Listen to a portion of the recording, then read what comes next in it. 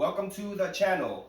Thank you for coming back. Today I'm gonna give you a tip. We're at a homeowner's house right now and we're redoing the backsplash.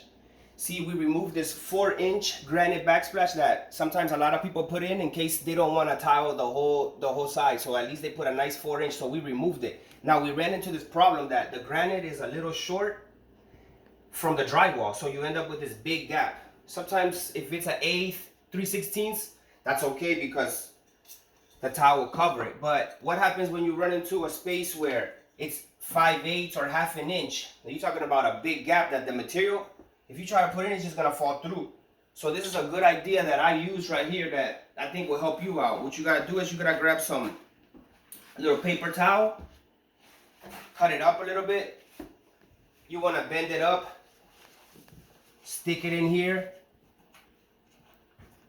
All that you need.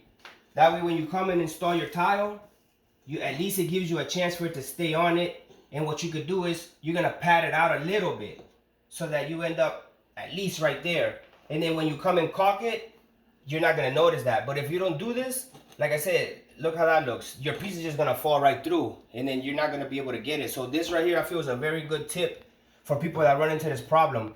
Because once you remove this 4-inch backsplash of granite, you don't know what's going on behind there. Like I said, the walls could be bowed out. So this right here is a tip for everybody that runs into this problem that you can take care of yourself. A little bit of paper towel, cut it up, and you put it in there. Now, thank you very much for watching this video.